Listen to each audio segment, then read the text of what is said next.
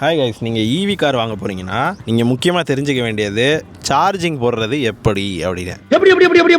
So அது எப்படிங்கிறது இந்த ரீலில் ஃபுல்லாக சொல்ல போகிறேன். தேங்க்ஸ்ப்பா. ஸோ மறக்காமல் ஃபுல் ரீல் பாருங்கள். ஸோ கைஸ், இப்போ ஜியானோட சார்ஜிங் ஸ்டேஷன் இருக்குது. நம்ம நெக்ஸான் ஈவியில் பார்த்தீங்கன்னா பெட்ரோல் டேங்க் எங்கே இருக்கோ அதே இடத்துல தான் சார்ஜிங்குரிய போர்ட்டும் கொடுத்துருக்காங்க. ஸோ இது வந்து ஃபாஸ்ட் சார்ஜிங் கன்னுக்குரிய போர்ட்டு இதுதான். இந்த அம்மா தாண்டா அந்த வீட்டுக்கு மெயின். ஸோ இது எப்படி ஒர்க் ஆகுங்கிறத இப்போ காட்டுறேன். ஓகே, கொஞ்சம் டைட்டாக இருக்குது. ஸோ நம்மளோட போர்ட் இருக்கு இல்லையா, ஸோ அதில் வச்சு ஜஸ்ட் அவ்வளோதான் ஸ்லைட் இன் பண்ணிட்டீங்கன்னா சார்ஜர் கனெக்டட். ஸோ அந்த கனெக்டட்னு இருக்குன்னா ஓகே கரெக்டாக இருக்குன்னு அர்த்தம். நெக்ஸ்ட் கண்டிப்பாக உங்ககிட்ட ஒரு ஃபோன் இருக்கணும் guys. அது எங்க இருக்கு?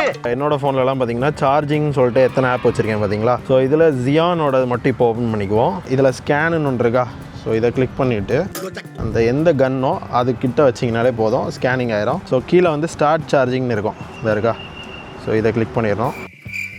அண்ட் தென் ஒரு ஃபியூ மினிட்ஸ் தான், அப்படியே ஒரு கிளிக் சவுண்ட் கேட்கும். அதுக்கப்புறம் அப்படியே ஸ்டார்ட் சார்ஜ் ஆக ஆரம்பிச்சிடும். அண்ட் ஆல்சோ உங்களுக்கு ஃபோன்லேயே இங்கே வந்து காமிக்க ஆரம்பிச்சிடும் ஃபுல் டீட்டெயில். 72% ஆல்ரெடி இருக்குது. ஆனால் உங்களுக்கு வந்து சார்ஜிங் டைம் மொத்தமாக எவ்வளோ நேரம் ஆகுது எல்லா டீட்டெயிலும் வந்துடும். ஸோ அவ்வளோதாங்க, சார்ஜ் போடுறது இவ்வளோ சிம்பிளான விஷயம் தான். பட் இதுலேயும் சில பல சிக்கல்கள், டெக்னிக்கல் இஷ்யூஸ்லாம் சம்டைம்ஸ் அக்வயர் ஆகுது. ஸோ அது வந்து மேபி ஃபியூச்சரில் ரெக்டிஃபை பண்ணுவாங்கன்னு நினைக்கிறேன். நீங்கள் அது மாதிரி ஏதாவது ஈவி கார் வச்சு சார்ஜிங் ஸ்டேஷனில் சிக்கலை அனுபவிச்சிருக்கீங்களாங்கிற உங்களோட எக்ஸ்பீரியன்ஸை கமெண்ட்டில் சொல்லுங்கள்.